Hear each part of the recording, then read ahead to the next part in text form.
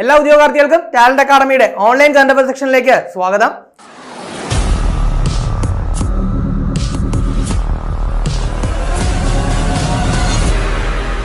ഇന്ന് നമ്മൾ ചർച്ച ചെയ്യാൻ പോകുന്നത് ജനുവരി 26, 27 തീയതികളിലെ പ്രധാന ആനുകാലിക വിഷയങ്ങളും അവയുടെ അനുബന്ധ വിവരങ്ങളുമാണ്. അപ്പോൾ ഈ ക്ലാസ്സുമായി ബന്ധപ്പെട്ട നോട്ടുകൾ ടാലന്റ് അക്കാഡമി ടെലഗ്രാം ചാനലും അതുപോലെ തന്നെ വാട്സ്ആപ്പ് ഗ്രൂപ്പിലും ലഭ്യമാണ്. അതുപോലെ ഈ ക്ലാസ്സുമായി ബന്ധപ്പെട്ട എക്സാമുകൾ നിങ്ങൾക്ക് നെയ്യാർ ആപ്പ് വഴി എഴുതി പരിശീലിക്കാവുന്നതാണ്. അപ്പോൾ ഡിസ്ക്രിപ്ഷൻ ബോക്സിലെ ലിങ്ക് വഴി നിങ്ങൾക്ക് ചാനൽ ജോയിൻ ചെയ്യാം. അപ്പോൾ ഇതിന്റെ പ്രധാന ആനുകാലിക വിഷയങ്ങൾ എന്തൊക്കെയാണെന്ന് നമുക്ക് നോക്കാം.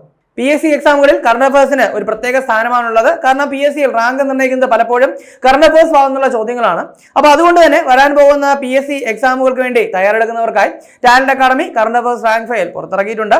അപ്പോൾ നിങ്ങളുടെ വീടിനടുത്തുള്ള ബുക്ക് സ്റ്റാളുകൾ വഴിയോ അല്ലെങ്കിൽ ഇ-കൊമേഴ്സ് പ്ലാറ്റ്ഫോമുകളായിട്ടുള്ള ആമസോൺ, ഫ്ലിപ്കാർട്ട് എന്നിവ വഴിയോ അല്ലെങ്കിൽ ടാലന്റ് അക്കാഡമിയുടെ വെബ്സൈറ്റായ talentkerala.com വഴിയോ നിങ്ങൾക്ക് ഇപ്പോൾ ഈ പുസ്തകങ്ങൾ വാങ്ങാവുന്നതാണ്.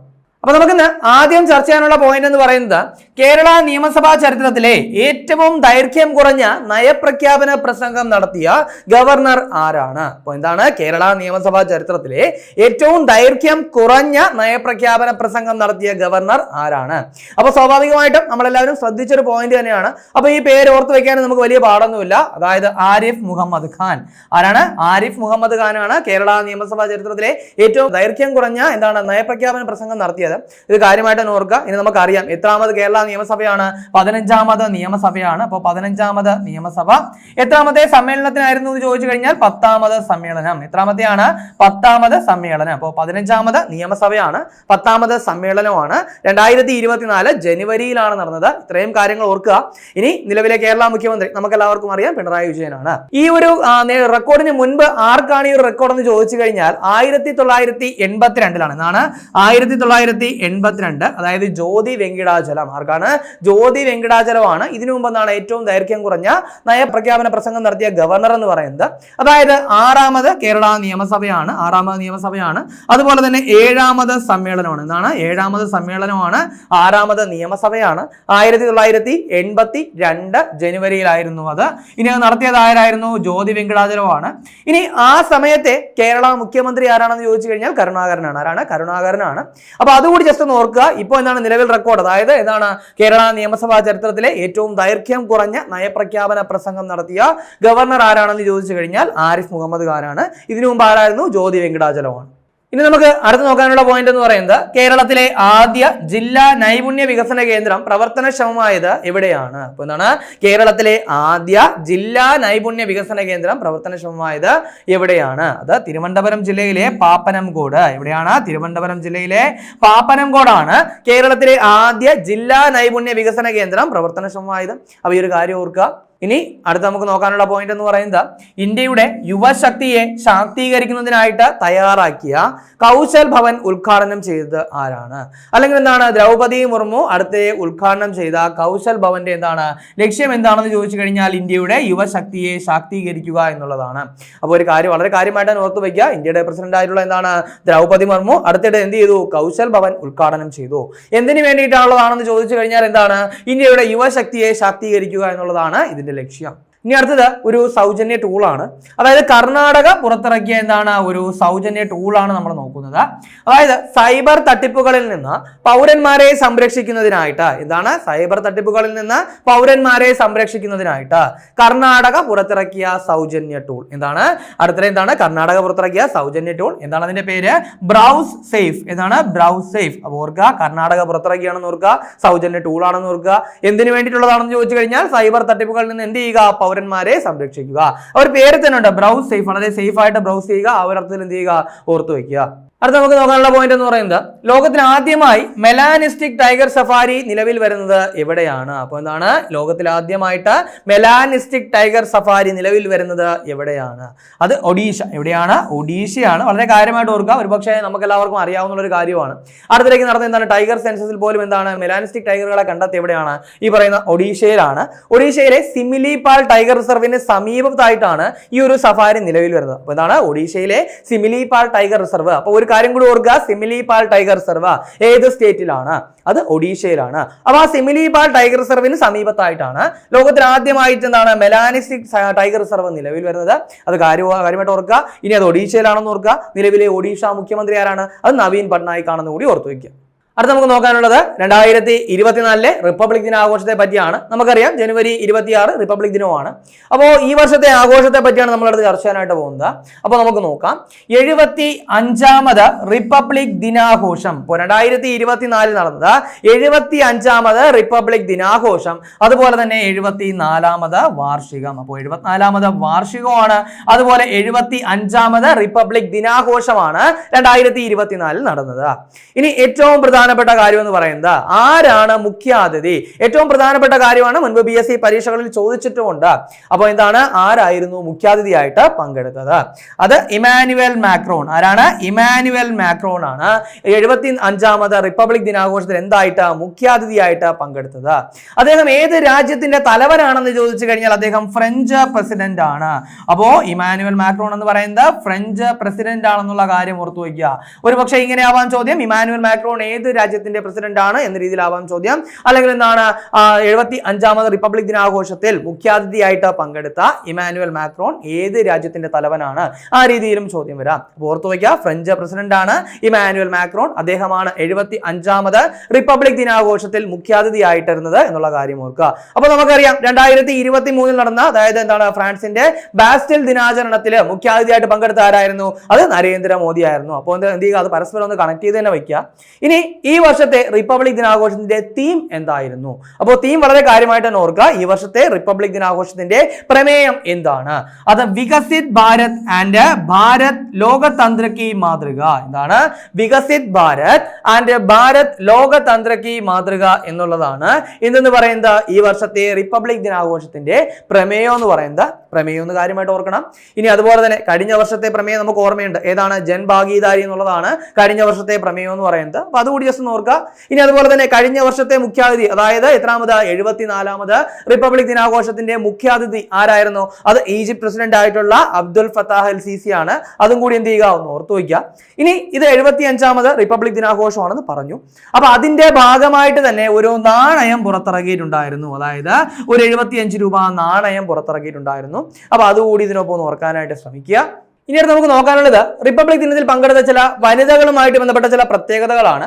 അപ്പൊ നമുക്ക് അതുകൂടി നോക്കാം. അതായത് 2024 റിപ്പബ്ലിക് ദിനാഘോഷത്തിലെ മലയാളി വനിതകളെ പറ്റിയാണ് നമ്മൾ പറയാൻ പോകുന്നത്. അപ്പൊ നമ്മൾ അതിൽ ആദ്യം നോക്കാൻ പോകുന്നത് റിപ്പബ്ലിക് ദിന പരേഡിൽ നേവി കണ്ടിൻജന്റ് സംഘത്തിന്റെ പ്ലാറ്റൂൺ കമാൻഡറായ ആദ്യ മലയാളി വനിത ആരാണ്? എന്താണ്? റിപ്പബ്ലിക് ദിന പരേഡിൽ നേവി കണ്ടിൻജന്റ് സംഘത്തിന്റെ പ്ലാറ്റൂൺ കമാൻഡറായ ആദ്യ മലയാളി വനിത ആരാണ്?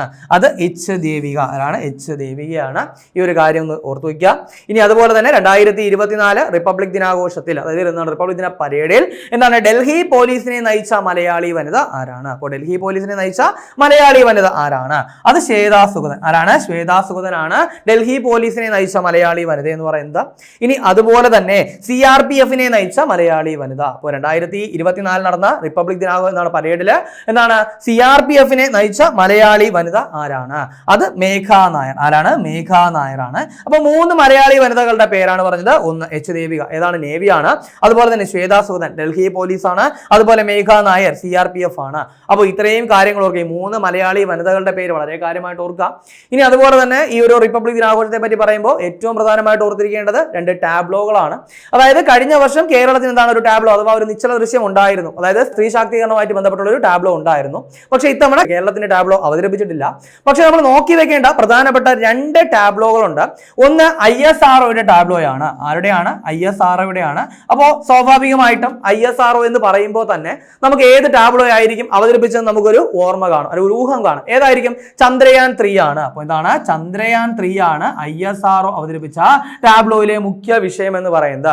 അതായത് എന്താണ്? ചന്ദ്രയാൻ 3 ലാൻഡ് ചെയ്ത എന്താണ് ശിവശക്തി പോയിന്റ് ഒക്കെ എന്ത് ചെയ്തിട്ടുണ്ട്, അതിൽ മെൻഷൻ ചെയ്തിട്ടുണ്ട്. ഇനി അതുപോലെ തന്നെ എന്താണ് ആദിത്യ L1നെ പറ്റി പറഞ്ഞിട്ടുണ്ട്. ഇനി എന്താണ് ഇന്ത്യ സ്ഥാപിക്കാനായിട്ട് പോകുന്ന അന്തരീക്ഷ ഭവനെ പറ്റി പറയുന്നുണ്ട്. അപ്പൊ അങ്ങനെയുള്ള കാര്യങ്ങളൊക്കെ ഉൾപ്പെടുത്തിയാണ് എന്ത് ചെയ്തിരിക്കുന്നത് ഈ ഒരു ടാബ്ലോ ISRO അവതരിപ്പിച്ചത്. പക്ഷേ ആ ടാബ്ലോയിലെ മുഖ്യ വിഷയം നമ്മൾ പറഞ്ഞു, ഏതാണ്? ചന്ദ്രയാൻ 3 ആണ്. ഇനി അതുപോലെ നോക്കി വെക്കാനുള്ള മറ്റൊരു ടാബ്ലോ കൂടിയുണ്ട്. അത് വിദേശകാര്യ മന്ത്രാലയത്തിന്റെയാണ്. ഏതിന്റെയാണ്? വിദേശകാര്യ മന്ത്രാലയത്തിന്റെ ഒരു ടാബ്ലോ കൂടിയുണ്ട്. അപ്പോൾ വിദേശകാര്യ മന്ത്രാലയമാണ്. അപ്പൊ അതുകൊണ്ട് തന്നെ നമുക്ക് ഓർത്ത് വെക്കാൻ സാധിക്കും. അതായത് 2023 G20 ഉച്ചകോടി നടന്ന എവിടെയാണ്? ഇന്ത്യയിൽ വെച്ചാണ് നടന്നത്. അപ്പൊ അതുകൊണ്ട് തന്നെ ഇന്ത്യയിൽ നടന്ന G20 G20 ഉച്ചകോടിയുടെ വിജയമായിരുന്നു വിദേശകാര്യ മന്ത്രാലയത്തിന്റെ ടാബ്ലോയുടെ വിഷയം എന്ന് പറയുന്നത്. അപ്പോൾ രണ്ട് ടാബ്ലോ വളരെ കാര്യമായിട്ട് ഓർക്കുക. പ്രത്യേകിച്ച് ഈ അടുത്തിടെ നടന്ന PSC പരീക്ഷകളിലൊക്കെ ചന്ദ്രയാൻ 3യും അതുപോലെ G20 ഒക്കെ എന്താണ് വളരെ പ്രധാനപ്പെട്ട വിഷയങ്ങളായിട്ടുണ്ടായിരുന്നു. അപ്പോൾ അതുകൊണ്ട് തന്നെ ഓർക്കുക, ISRO അവതരിപ്പിച്ച ടാബ്ലോയാണ് അതെന്ന് പറയുന്നത് ചന്ദ്രയാൻ 3. അതായത് ചന്ദ്രയാൻ 3 ആണ് അതിന്റെ മുഖ്യ പ്രമേയം എന്ന് പറയുന്നത്. ഇനി അതുപോലെ തന്നെ വിദേശകാര്യ മന്ത്രാലയം അവതരിപ്പിച്ച ടാബ്ലോയാണ് അതെന്ന് പറയുന്നത് G20 ഉച്ചകോടി എന്ന് പറയുന്നത്. ഇനി അതുപോലെ ഈ ടാബ്ലോയുമായിട്ട് ബന്ധപ്പെട്ട റിസൾട്ടുകൾ വന്നിട്ടില്ല. അത് വരുന്ന സമയത്ത് നമുക്ക് എന്ത് ചെയ്യാം, അത് ഡീറ്റെയിൽ ആയിട്ട് തന്നെ ചർച്ച ചെയ്യാം.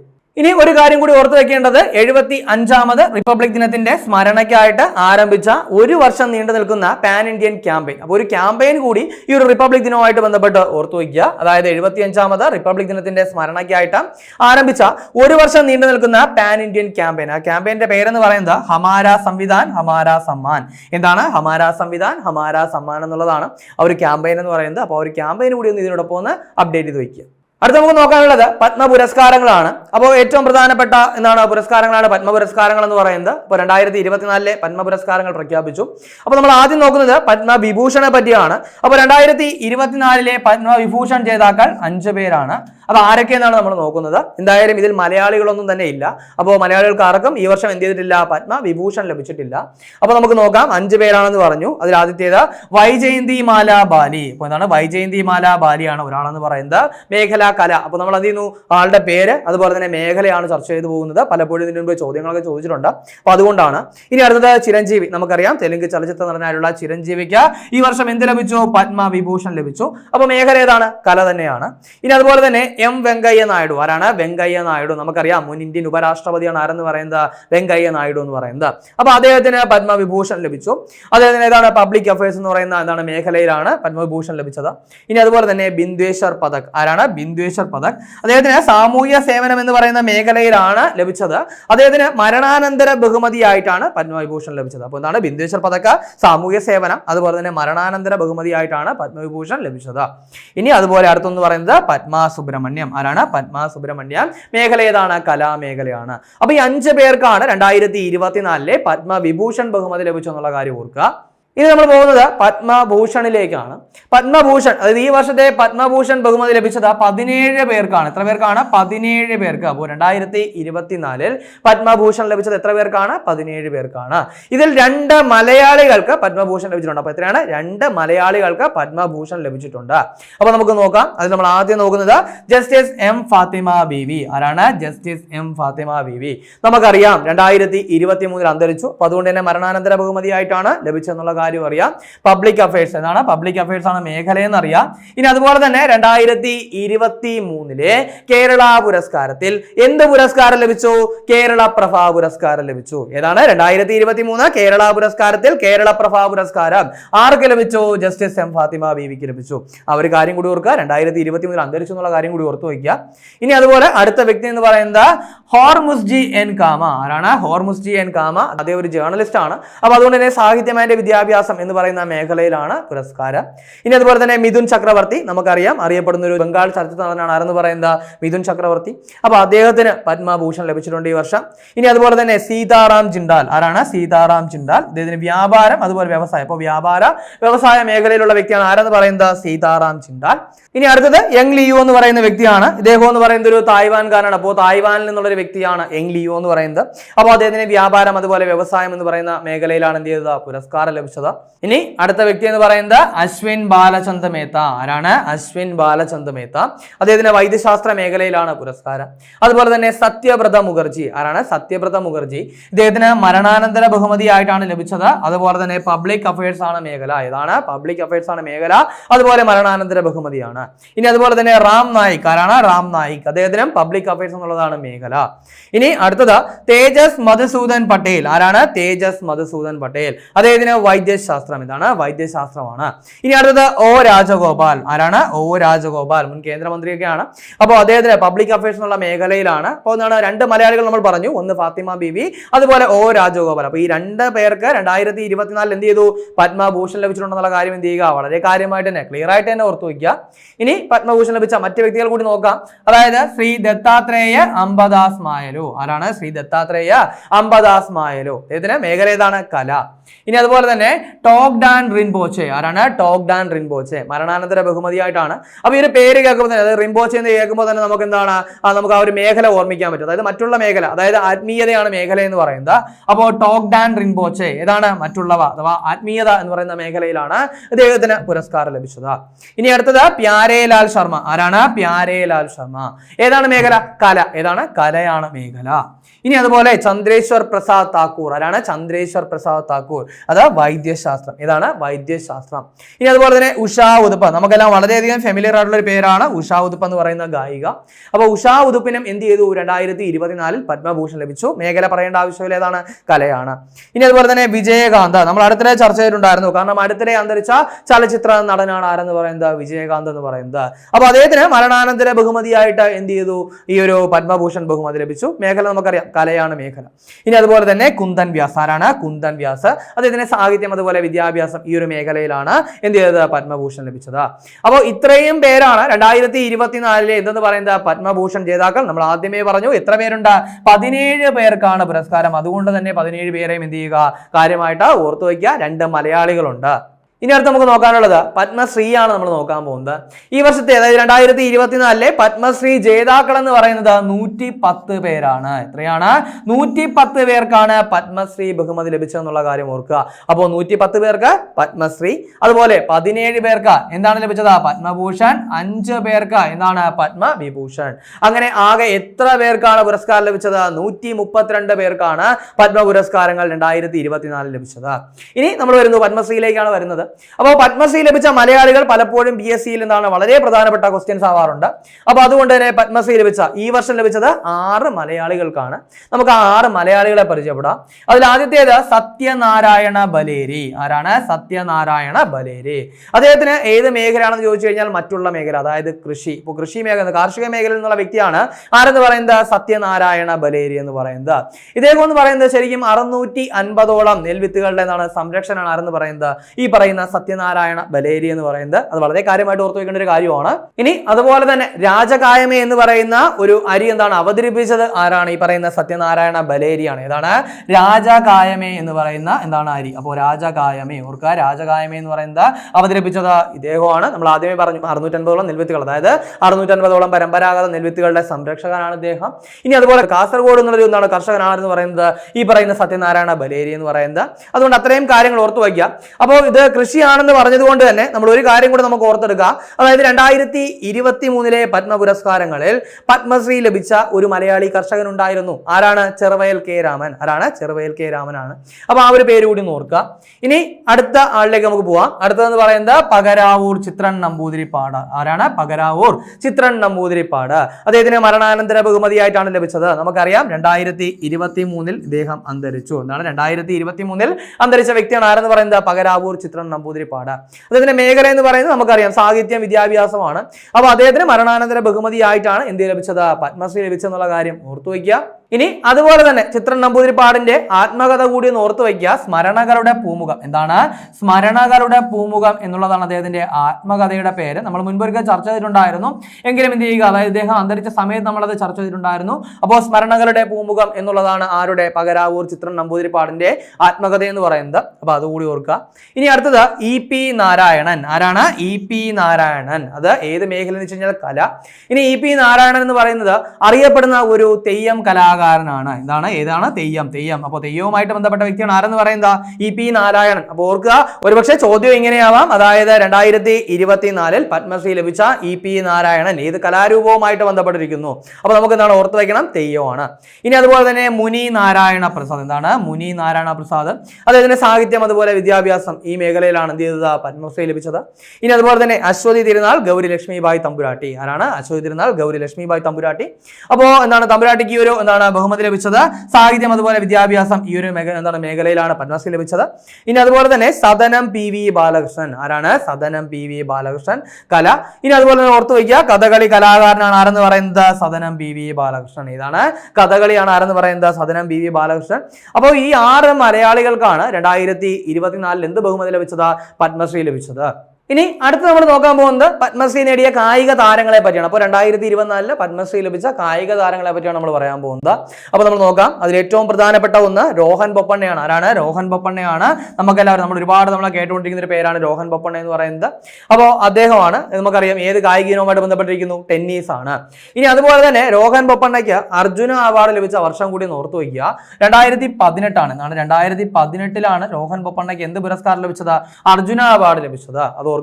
ഇനി അതുപോലെ തന്നെ ജോഷ്ന ചിന്നപ്പ. ആരാണ്? ജോഷ്ന ചിന്നപ്പ. ജോഷ്ന ചിന്നപ്പ എന്ന് പറയുന്നത് സ്ക്വാഷ് പ്ലെയർ ആണ്. എന്താണ്? സ്ക്വാഷ് പ്ലെയർ ആണ്. ഇനി ജോഷ്ന ചിന്നപ്പയ്ക്ക് അർജുന അവാർഡ് ലഭിച്ച വർഷം കൂടി നോക്കുക, 2013. ഇതാണ് 2013 ഈ 2 വർഷങ്ങൾ കൂടി കാര്യമായിട്ട് ഓർക്കുക. അപ്പോൾ ഈ രണ്ടുപേർക്കും എന്താണ് 2024 പത്മശ്രീ ലഭിച്ചിട്ടുണ്ട്. ഇനി അടുത്ത കായിക താരം എന്ന് പറയുന്നത് ഉദയ് വിശ്വനാഥ് ദേശ്പാണ്ഡെ. ഏതാണ്? ഉദയ് വിശ്വനാഥ് ദേശ്പാണ്ഡെ. ഇദ്ദേഹം എന്ന് പറയുന്നത് ഒരു മല്ലാഖമ്പ പരിശീലകനാണ്. ഇതാണ് ഒരു മല്ലാഖമ്പ പരിശീലകനാണ്. ആരെന്ന് പറയുന്നത്? ഉദയ് വിശ്വനാഥ് ദേശ്പാണ്ഡെ. ഇനി അതുപോലെ തന്നെ ഗൗരവ് ഖന്ന. ആരാണ്? ഗൗരവ് ഖന്ന.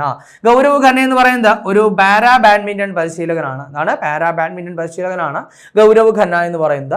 ഇനി അടുത്തത് സതേന്ദ്ര സിംഗ് ലോഹ്യ. എന്താണ്? സതേന്ദ്ര സിംഗ് ലോഹ്യ. അദ്ദേഹം ഒരു പാരാ സ്വിമ്മർ ആണ്. അതാണ് ഒരു പാരാ സ്വിമ്മർ ആണ് ഈ പറയുന്ന സതേന്ദ്ര സിംഗ് ലോഹ്യ എന്ന് പറയുന്നത്. ഇനി അടുത്തത് പൂർണിമ മഹതോ. ആരാണ്? പൂർണിമ മഹതോ. അത് അമ്പെയ്ത്ത് താരവും അതുപോലെ തന്നെ അമ്പെയ്ത്ത് പരിശീലകയുമാണ്. ആരെന്ന് പറയുന്നത്? പൂർണിമ മഹതോ. മുൻ അമ്പെയ്ത്ത് താരം അതുപോലെ തന്നെ എന്താണ് അമ്പെയ്ത്ത് പരിശീലകയായിട്ടുള്ള താരമാണ്. ആരെന്ന് പറയുന്നത്? പൂർണിമ മഹതോ. ഇനി അതുപോലെ തന്നെ ഹർബീന്ദർ സിംഗ്. ആരാണ്? ഹർബീന്ദർ സിംഗ്. മുൻ ഇന്ത്യൻ ഹോക്കി താരം. അപ്പോൾ മുൻ ഹോക്കി താരമായുള്ള ഹർബീന്ദർ സിംഗിനും എന്ത് ചെയ്തു? 2024 പത്മശ്രീ ലഭിച്ചു. അപ്പോൾ ഈ പത്മശ്രീ ലഭിച്ച ഇത്രയും കായിക താരങ്ങളെ കൂടി എന്ത് ചെയ്യുക? ഓർത്തു വയ്ക്കുക. ഇനി നമ്മൾ നോക്കാൻ പോകുന്നത് പത്മശ്രീ ലഭിച്ച മറ്റു ചില വ്യക്തിത്വങ്ങളെ പറ്റിയാണ്. അതിൽ കൂടുതലായിട്ട് നമ്മൾ ചർച്ച ചെയ്യാൻ പോകുന്നത് അതായത് മറ്റു രാജ്യങ്ങളിൽ നിന്നുള്ള പത്മശ്രീ ജേതാക്കളെയാണ്.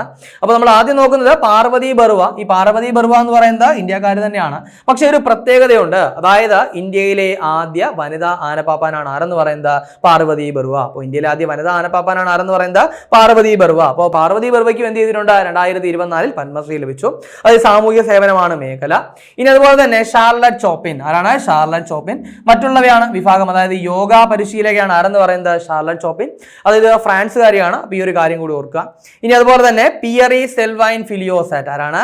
പിയറി സെൽവൈൻ ഫിലിയോസാറ്റ്. ഫിലിയോസാറ്റ് എന്ന് പറയുന്നത് ഫ്രാൻസുകാരനാണ്. അദ്ദേഹത്തിന് ഏത് മേഖലയാണെന്ന് ചോദിച്ചു കഴിഞ്ഞാൽ സാഹിത്യം അതുപോലെ വിദ്യാഭ്യാസം. എന്താണ്? സാഹിത്യം അതുപോലെ വിദ്യാഭ്യാസം. ഇനി അടുത്തത് ശശീന്ദ്രൻ മുത്തുവേൽ. ആരാണ്? ശശീന്ദ്രൻ മുത്തുവേൽ. പബ്ലിക് അഫയേഴ്സ് ആണ് മേഖല. പാപ്പുവ ന്യൂഗിനിയാണ്. എന്താണ്? പാപ്പുവ ന്യൂഗിനിയാണ് രാജ്യം.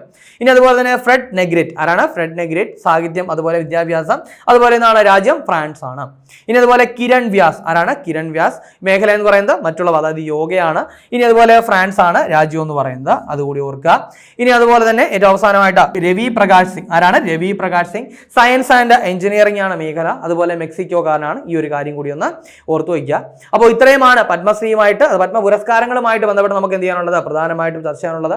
ഇനി ഏറ്റവും പ്രധാനപ്പെട്ട ഒന്ന് ഭാരതരത്ന നമ്മൾ എന്ത് ചെയ്തിട്ടുണ്ടായിരുന്നു? ചർച്ച ചെയ്തിട്ടുണ്ടായിരുന്നു. 2024 ഭാരതരത്ന ആർക്കാണ്? കർപ്പൂരി ഠാക്കൂറിനാണ് നമ്മൾ ചർച്ച ചെയ്തിട്ടുണ്ടായിരുന്നു. 2024 പത്മഭൂഷൺ ചർച്ച ചെയ്തു, പത്മവിഭൂഷൺ ചർച്ച ചെയ്തു, പത്മശ്രീ ചർച്ച ചെയ്തു. അതിൽ തന്നെ എന്താണ് മലയാളികളും കായിക താരങ്ങളൊക്കെ നമ്മൾ എന്ത് ചെയ്തിട്ടുണ്ട്? വളരെ കാര്യമായിട്ട് ചർച്ച ചെയ്തു. അപ്പോൾ ഇതൊക്കെ വളരെ കാര്യമായിട്ട് തന്നെ ഓർത്തു വയ്ക്കും. ഇനി അടുത്ത് നമ്മൾ നോക്കാൻ പോകുന്നത് ICC അവാർഡ്സിനെ പറ്റിയാണ്. ഇപ്പോൾ 2023 മികച്ച പ്രകടനങ്ങൾക്കുള്ള ICC അവാർഡ്സ് പ്രഖ്യാപിച്ചിട്ടുണ്ട്.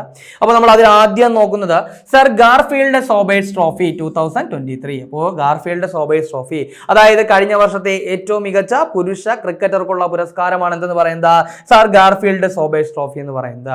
അത് ലഭിച്ചത് ആർക്കാണെന്ന് ചോദിച്ചു കഴിഞ്ഞാൽ പാറ്റ് കമ്മിൻസ്. ആർക്കാണ്? പാറ്റ് കമ്മിൻസ് ആണ്. ഏതാണ് രാജ്യം എന്ന് പറയുന്നത്? ഓസ്ട്രേലിയ. അപ്പോൾ ഓസ്ട്രേലിയക്കാരനായിട്ടുള്ള പാറ്റ് കമ്മിൻസിനാണ് 2023 സർ ഗാർഫീൽഡ് സോബേഴ്സ് ട്രോഫി ലഭിച്ചത്. ഇനി പറയുന്ന പാറ്റ് കമ്മിൻസ് നമുക്കറിയാം ഈ ഒരു പേര്. അതായത് കഴിഞ്ഞ വർഷം 2 പ്രധാനപ്പെട്ട കിരീടങ്ങൾ നേടിയിട്ടുണ്ടായിരുന്നു. ഏതൊക്കെയാണ്? ഒന്ന് ICC ടെസ്റ്റ് ചാമ്പ്യൻഷിപ്പ് ഫൈനൽ. അപ്പോൾ 2023 നടന്ന ICC ടെസ്റ്റ് ചാമ്പ്യൻഷിപ്പ് അതുപോലെ എന്താണ് ഫൈനല്.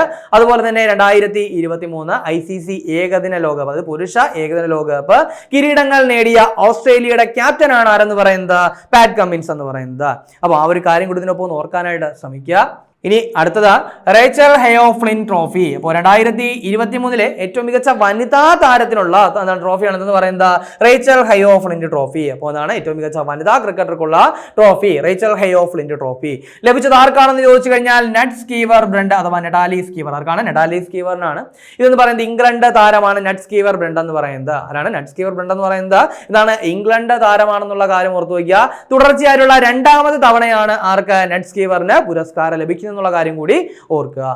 ഇനി മറ്റ് കാറ്റഗറികളിലേക്കാണ് പോകുന്നത്. അതായത് ICC men's ODI cricketer of the year, അതായത് കഴിഞ്ഞ വർഷത്തെ മികച്ച പുരുഷ ഏകദിന ക്രിക്കറ്റർ ആരാണ്? നമുക്ക് എന്തായാലും ഓർമ്മ കാണും. ആരാണ്? വിരാട് കോഹ്ലിയാണ്. നമുക്ക് എളുപ്പം പറയാനായിട്ട് സാധിക്കും, വിരാട് കോഹ്ലിയാണ്.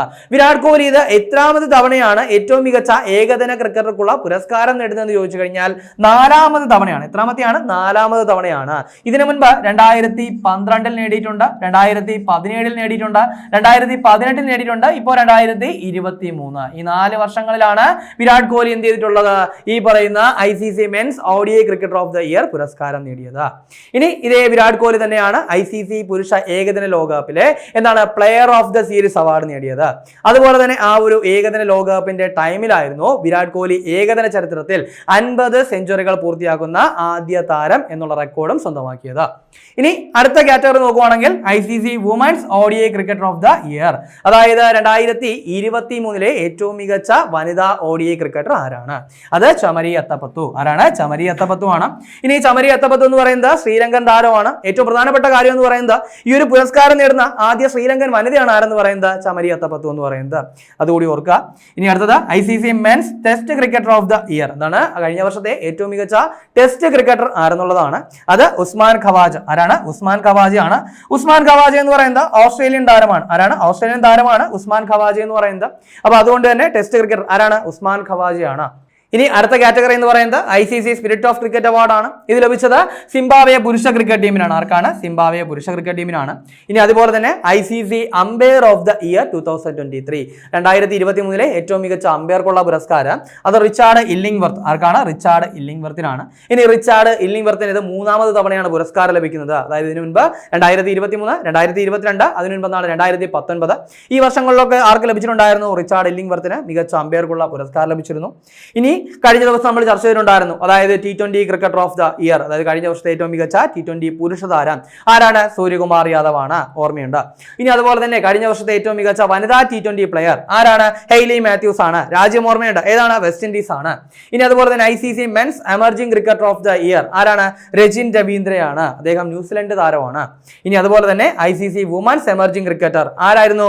അത് ഫോബ് ലിച്ച്ഫീൽഡ് ആണ്. ഫോബ് ലിച്ച്ഫീൽഡ് എന്ന് പറയുന്നത് ഓസ്ട്രേലിയൻ താരമാണ്. അപ്പൊ ICC അവാർഡ്സ് വളരെ കാര്യമായിട്ട് എന്ത് ചെയ്യുക? ഓർത്തു വയ്ക്കുക. അടുത്തായിട്ട് നമുക്ക് നോക്കാനുള്ള പോയിന്റ് എന്ന് പറയുന്നത് നൈട്രജൻ വാതകം ഉപയോഗിച്ച് വധശിക്ഷ നടപ്പാക്കിയ ആദ്യ രാജ്യം ഏതെന്നാണ്. അപ്പൊ എന്താണ്? നൈട്രജൻ വാതകം ഉപയോഗിച്ച് വധശിക്ഷ നടപ്പാക്കിയ ആദ്യ രാജ്യം ഏതാണ്? അത് USA. ഏതാണ്? USA ആണ്. അപ്പൊ ഈ ഒരു കാര്യം ഒന്ന് ഓർക്കുക. ഇനി അടുത്ത നമുക്ക് നോക്കാനുള്ളത് വളരെ എളുപ്പമാണ്, നമ്മളൊക്കെ ശ്രദ്ധിച്ചൊരു കാര്യമായിരിക്കും. അതായത് വിപണി മൂല്യത്തിന്റെ അടിസ്ഥാനത്തിൽ ആഗോള ഓഹരി വിപണിയിൽ ഇന്ത്യയുടെ സ്ഥാനം എത്രയാണ്? അപ്പൊ എന്താണ്? വിപണി മൂല്യത്തിന്റെ അടിസ്ഥാനത്തിൽ ആഗോള ഓഹരി വിപണിയിൽ ഇന്ത്യയുടെ സ്ഥാനം എത്രയെന്നാണ്. അത് 4ആണ്. അതായത് ഹോങ്കോങ്ങിനെ പിന്തള്ളിയ കാര്യമൊക്കെ നമ്മൾ പത്രത്തിൽ എന്താണ് അറിഞ്ഞതാണ്. അപ്പൊ അതുകൊണ്ട് തന്നെ കാര്യമായിട്ട് ഓർക്കുക. ഇപ്പൊ എന്താണ്? ഓഹരി വിപണിയിൽ ഇന്ത്യയുടെ സ്ഥാനം എത്രയാണ്? 4ആണ്. അടുത്ത നമുക്ക് നോക്കാനുള്ളത് ഒരു നാസ ദൗത്യമാണ്. അതായത് ചൊവ്വയെ കുറിച്ചുള്ള പഠനത്തിനായി നാസ വിക്ഷേപിക്കാൻ ഒരുങ്ങുന്ന ദൗത്യം ഏതാണ്? അപ്പൊ എന്താണ്? ചൊവ്വയെ കുറിച്ചുള്ള പഠനത്തിനായിട്ട് നാസ ഒരു ദൗത്യം വിക്ഷേപിക്കാൻ ഒരുങ്ങുകയാണ്. അപ്പൊ ആ ദൗത്യത്തിന്റെ പേര് എന്തെന്നാണ്? അത് മാഗി. എന്താണ്? മാഗി എന്ന് പറയുന്ന ഒരു ദൗത്യമാണ്. അതിന്റെ പൂർണ്ണരൂപം കൂടി നമുക്കൊന്ന് നോക്കാം. അതായത് Mars aerial and ground global intelligent explorer. എന്താണ്? Mars aerial and ground global intelligent explorer എന്നുള്ളതാണ് മാഗിയുടെ പൂർണ്ണരൂപം. അപ്പൊ അത് വിക്ഷേപിക്കാൻ ഒരുങ്ങുന്നത് ആരാണ്? നാസയാണ് വിക്ഷേപിക്കാൻ ഒരുങ്ങുന്നത്. എന്തിലേക്കുള്ള ദൗത്യമാണെന്ന് ചോദിച്ചു കഴിഞ്ഞാൽ ചൊവ്വയെ കുറിച്ചുള്ള പഠനത്തിനായിട്ടുള്ള ദൗത്യമാണെന്ന് പറയുന്നത് മാഗി. അടുത്ത നമുക്ക് നോക്കാനുള്ളത് ഒരു പുസ്തകമാണ്. അതായത് ഒരു ആത്മകഥയാണ്. അതായത് മുൻ ഹോക്കി താരം PR ശാരദയുടെ ആത്മകഥ. അപ്പൊ എന്താണ്? മുൻ ഹോക്കി താരമായിട്ടുള്ള PR ശാരദയുടെ ആത്മകഥയുടെ പേര് എന്താണ്? അത് ഫോർവേഡ്. എന്താണ്? ഫോർവേഡ് എന്ന് പറയുന്ന ആത്മകഥ. ഒരുപക്ഷെ ഇങ്ങനെയാവാം ചോദ്യം. ഫോർവേഡ് എന്ന് പറയുന്ന ആത്മകഥയുടെ എന്താണ് ആത്മകഥ രചിച്ചത് ആരാണെന്ന് ചോദിച്ചു കഴിഞ്ഞാൽ PR ശാരദയാണ്. ഏത് കായിക ഇനവുമായിട്ട് ബന്ധപ്പെട്ടിരിക്കുന്നു? അത് ഹോക്കിയാണ്. അടുത്ത നമുക്ക് നോക്കാനുള്ളത് സ്പോർട്സുമായിട്ട് ബന്ധപ്പെട്ട ഒരു കാര്യമാണ്. അതായത് നമുക്കൊരു പേര് നോട്ട് ചെയ്യണം. തന്മയ് അഗർവാൾ എന്ന് പറയുന്ന ഒരു ആഭ്യന്തര ക്രിക്കറ്റ് താരം. എന്താണ് പേര്? തന്മയ് അഗർവാൾ എന്ന് പറയുന്ന ഒരു ആഭ്യന്തര ക്രിക്കറ്റ് താരം. ആഭ്യന്തര ക്രിക്കറ്റിൽ ഹൈദരാബാദിന്റെ താരമാണ്. അപ്പോൾ അദ്ദേഹം കഴിഞ്ഞ രഞ്ജി ട്രോഫിയിൽ ഒരു ട്രിപ്പിൾ സെഞ്ചുറി നേടിയതിലൂടെ, അതായത് ഇപ്പോൾ നടന്നുകൊണ്ടിരിക്കുന്ന രഞ്ജി ട്രോഫിയിലെ കഴിഞ്ഞ മത്സരത്തിൽ ഒരു ട്രിപ്പിൾ സെഞ്ചുറി നേടിയതിലൂടെ അദ്ദേഹം ഒരു നേട്ടം സ്വന്തമാക്കിയിരിക്കുകയാണ്. അതായത് ഫസ്റ്റ് ക്ലാസ് ക്രിക്കറ്റിൽ ഏറ്റവും വേഗതയേറിയ ട്രിപ്പിൾ സെഞ്ചുറി. ഇതാണ് ഫസ്റ്റ് ക്ലാസ് ക്രിക്കറ്റിൽ ഏറ്റവും വേഗതയേറിയ ട്രിപ്പിൾ സെഞ്ചുറി സെഞ്ചുറി നേടിയ താരം അത് തന്മയ് അഗർവാൾ. ആരാണ്? തന്മയ് അഗർവാൾ ആണ്. ഈ ഒരു നേട്ടത്തിലൂടെ മറ്റൊരു റെക്കോർഡ് കൂടി അദ്ദേഹം സ്വന്തമാക്കി. അതായത് 150 പന്തുകൾക്കുള്ളിൽ ട്രിപ്പിൾ സെഞ്ചുറി നേടിയ ആദ്യ താരം. അപ്പൊ എന്താണ്? 150 പന്തുകൾക്കുള്ളിൽ ട്രിപ്പിൾ സെഞ്ചുറി നേടിയ ആദ്യ താരമാണ് ആരെന്ന് പറയുന്നത്? തന്മയ് അഗർവാൾ. ഇനി അതുപോലെ തന്നെ ആഭ്യന്തര ക്രിക്കറ്റിൽ ഒരു ഇന്നിംഗ്സിൽ എന്താണ് ഏറ്റവും കൂടുതൽ സിക്സറുകൾ നേടിയ താരം എന്നുള്ള റെക്കോർഡും ഇപ്പോൾ ആർക്കാണ്? തന്മയ് അഗർവാളിനാണ്. ഇനി അതിനൊപ്പം തന്നെ ഏറ്റവും വേഗതയിൽ ആഭ്യന്തര ക്രിക്കറ്റിൽ ഏറ്റവും വേഗതയിൽ ഡബിൾ സെഞ്ചുറി നേടിയ ഇന്ത്യൻ താരവും ആര് തന്നെയാണ്? അതും തന്മയ് അഗർവാൾ തന്നെയാണ്. ഇനി ഈ ഒരു നേട്ടത്തിലൂടെ മറ്റൊരു റെക്കോർഡ് കൂടി ഓർത്തിരിക്കണം. അതായത് ആഭ്യന്തര ക്രിക്കറ്റിൽ ഒരു ദിനത്തിൽ, അതായത് ഒരു ദിവസത്തിൽ 300 റൺസ് നേടിയ ആദ്യ താരവും ആര്? അതായത് വ്യക്തിഗതമായിട്ട് എത്ര 300 റൺസ് നേടിയ താരവും ആര് തന്നെയാണ്? തന്മയ് അഗർവാൾ തന്നെയാണ്. അപ്പോൾ ആഭ്യന്തര ക്രിക്കറ്റിൽ ഏകദേശം ഒരുപാട് റെക്കോർഡുകൾ ആര് ഈ അടുത്തിടയ്ക്ക് നേടി? തന്മയ് അഗർവാൾ ഒരൊറ്റ ട്രിപ്പിൾ സെഞ്ചുറിയോട് കൂടി നേടി. അപ്പോൾ അതുകൊണ്ട് തന്നെ ഈ ഒരു പേര് ഓർത്ത് വയ്ക്കുക. ആരാണ്? തന്മയ് അഗർവാൾ. ഇനി അടുത്ത് നമുക്ക് നോക്കാനുള്ളത് രോഹൻ ബൊപ്പണ്ണയുമായിട്ട് ബന്ധപ്പെട്ട ഒരു കാര്യമാണ്. നമ്മൾ എന്ത് ചെയ്യുന്നു? ആദ്യമേ തന്നെ നമ്മൾ എന്താണ് രോഹൻ ബൊപ്പണ്ണയ്ക്ക് പത്മശ്രീ ലഭിച്ച കാര്യം ചർച്ച ചെയ്തിരുന്നു. അപ്പോൾ ഇപ്പോൾ നമുക്ക് നോക്കാം. അന്താരാഷ്ട്ര ടെന്നീസ് പുരുഷ ഡബിൾസ് റാങ്കിങ്ങിൽ 1-ാം സ്ഥാനത്തെത്തുന്ന ഏറ്റവും പ്രായം കൂടിയ താരം ആരാണ്? എന്താണ്? അന്താരാഷ്ട്ര ടെന്നീസ് പുരുഷ ഡബിൾസ് റാങ്കിങ്ങിൽ 1-ാം സ്ഥാനത്തെത്തുന്ന ഏറ്റവും പ്രായം കൂടിയ താരം ആരാണ്? അത് രോഹൻ ബൊപ്പണ്ണയാണ്. ആരാണ്? രോഹൻ ബൊപ്പണ്ണയാണ്.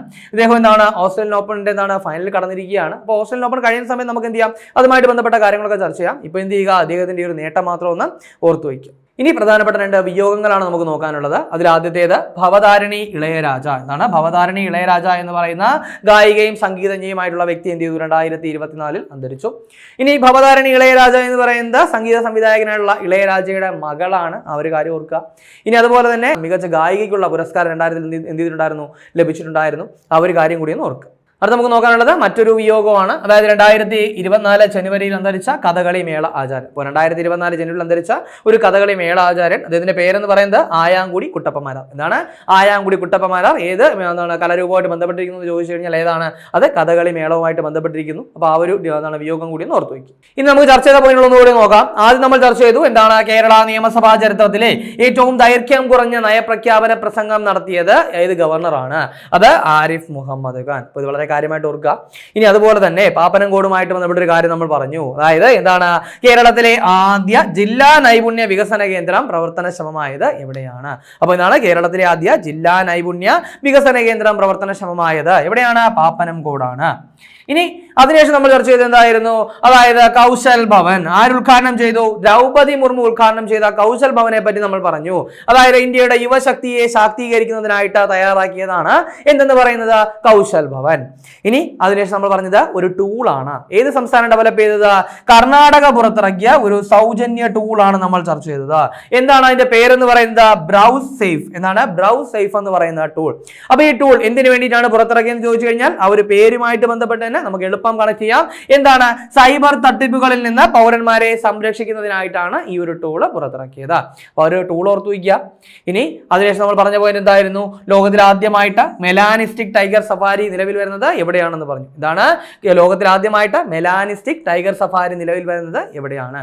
അത് ഒഡീഷയിലാണ്. അതിനുശേഷം നമ്മൾ എന്ത് ചെയ്തു? 75ാമത് റിപ്പബ്ലിക് ദിനാഘോഷത്തെ പറ്റിയുള്ള പ്രധാനപ്പെട്ട കാര്യങ്ങളൊക്കെ ചർച്ച ചെയ്തു. അതിൽ ഏറ്റവും പ്രധാനപ്പെട്ട 2 കാര്യങ്ങൾ ഓർത്തു വയ്ക്കുക. എന്താണ്? ഒന്ന് തീം. അതായത് വികസിത് ഭാരത് ആൻഡ് ഭാരത് ലോകതന്ത്ര കി മാതൃക. എന്താണ്? വികസിത് ഭാരത് ആൻഡ് ഭാരത് ലോകതന്ത്ര കി മാതൃക എന്നുള്ളതാണ് ഈ വർഷത്തെ പ്രമേയം. ഇനി അതുപോലെ തന്നെ ഈ വർഷത്തെ മുഖ്യാതിഥിയെ കൂടി ഓർക്കുക. ആരാണ്? ഫ്രഞ്ച് പ്രസിഡന്റ് ആയിട്ടുള്ള എന്താണ് പേര്?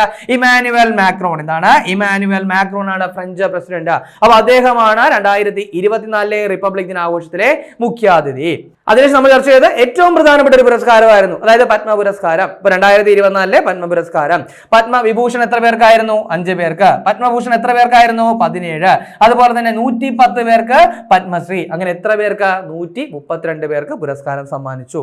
ഇനി ആർക്കൊക്കെയാണ് ലഭിച്ചതെന്ന് നമ്മൾ ചർച്ച ചെയ്തിട്ടുണ്ടായിരുന്നു. ഏറ്റവും പ്രധാനപ്പെട്ടത് പത്മവിഭൂഷൺ 5 പേർക്ക്. ആരൊക്കെയാണ്? വൈജയന്തിമാല ബാലി, ചിരഞ്ജീവി, അതുപോലെ വെങ്കയ്യ നായിഡു, ഇനി എന്താണ്? ബിന്ദേശ്വർ പതക്, അതുപോലെ പത്മ സുബ്രഹ്മണ്യം. ഈ 5 പേരുടെ പേര് ഓർക്കുക.